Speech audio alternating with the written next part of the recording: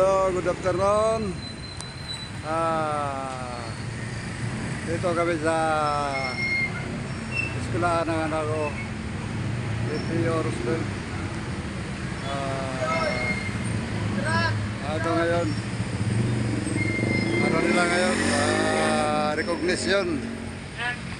Punta ka? Sunod ka? Punta kami dito, atin kami para sa recognition niya. Ito yung eskwelahan niya, ang daming tao. Maya-maya pasok tayo ha, pasok na tayo dun sa loob. At atin tayo sa recognition doon, ang daming tao. Sige. Punta na tayo sa loob. Thank you. Samahan nyo kami sa pag-atin ng recognition na ano. Thank you very much.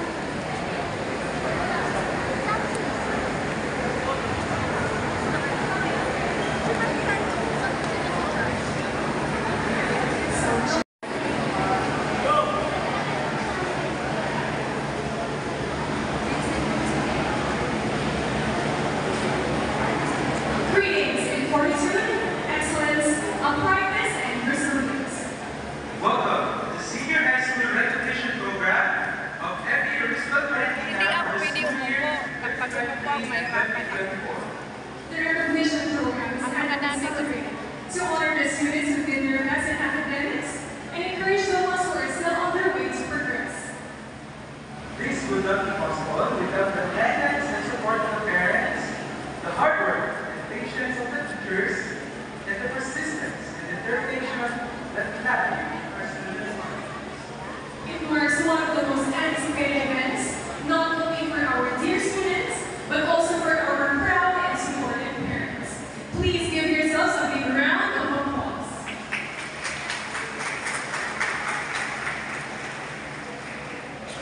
Before we start the program, we are requesting everyone to rise for the singing of the national anthem to be followed by the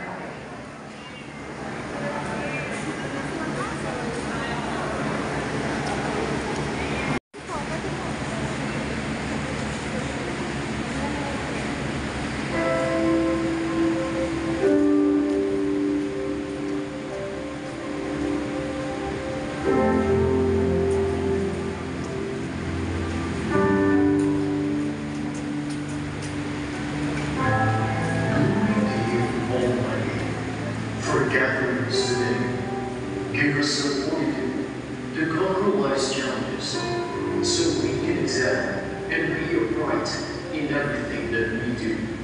Guide us to be united in diversity, that we may continue to serve and love one another.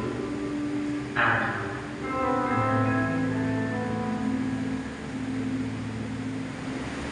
You may now be seated.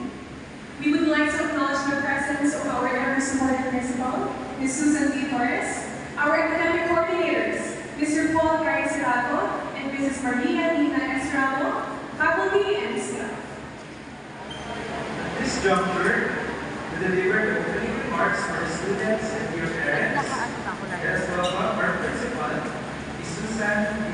Torres.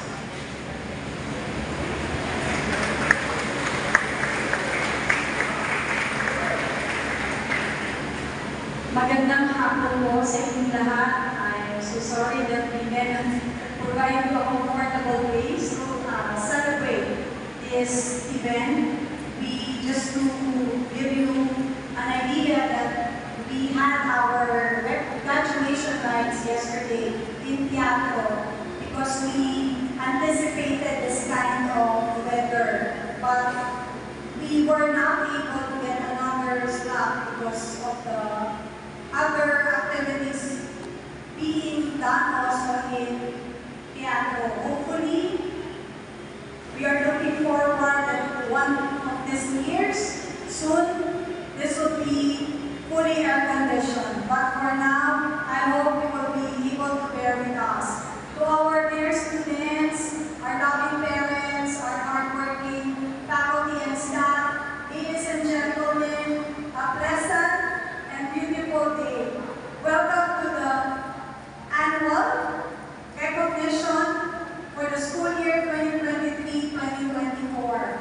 Today is a momentous occasion to celebrate the culmination of all your hard works, the sleepless nights, and everything that you have poured out to where you are right now.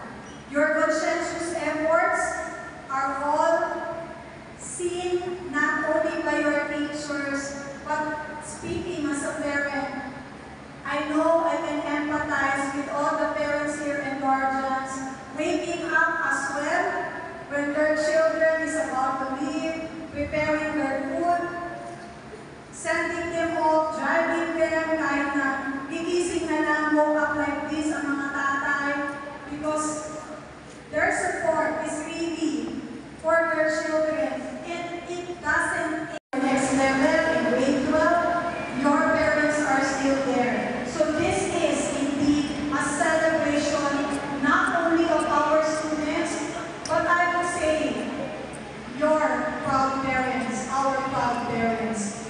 And as your principal, it is good to see the remarkable efforts that you have given.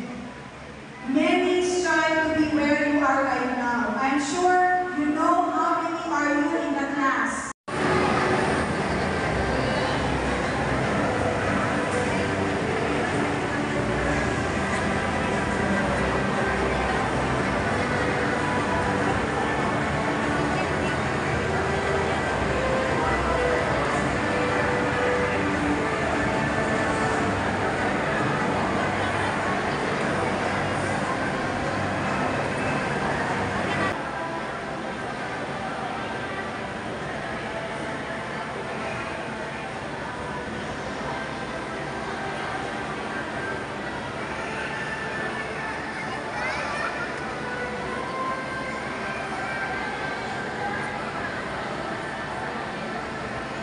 Ethan John Carr, with honors.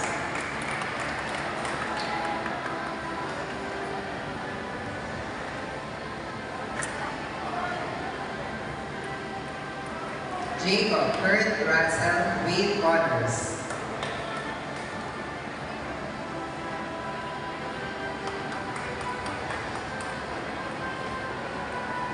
Javier Naira Emmanuel, with honors.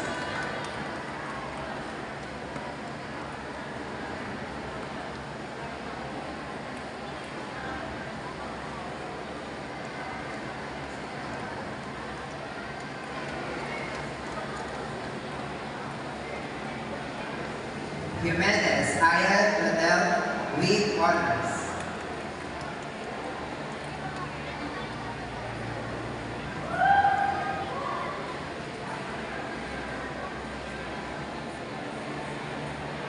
Lapus Galil Zeus with honors.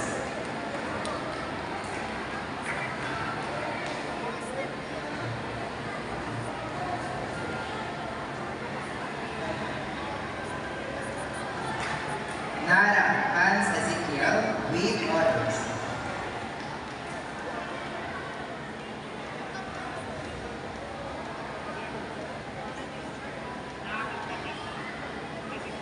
Omerga Johan Angelo with honors.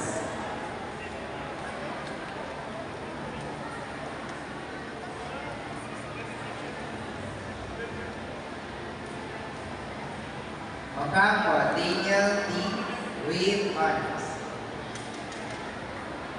That is for the second batch.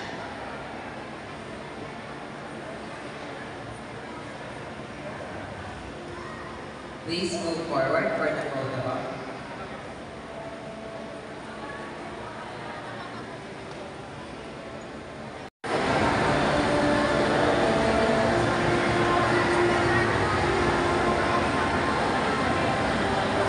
Ortega Cherish Joyce with honors. Sika Leila Gabriel with honors.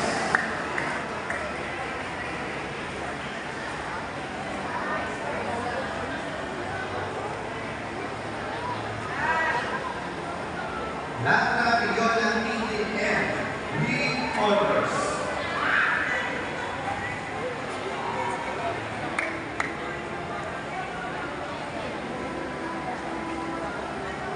Martinez Marilyn Zoe Valerie M with honors. Trixie D with honors.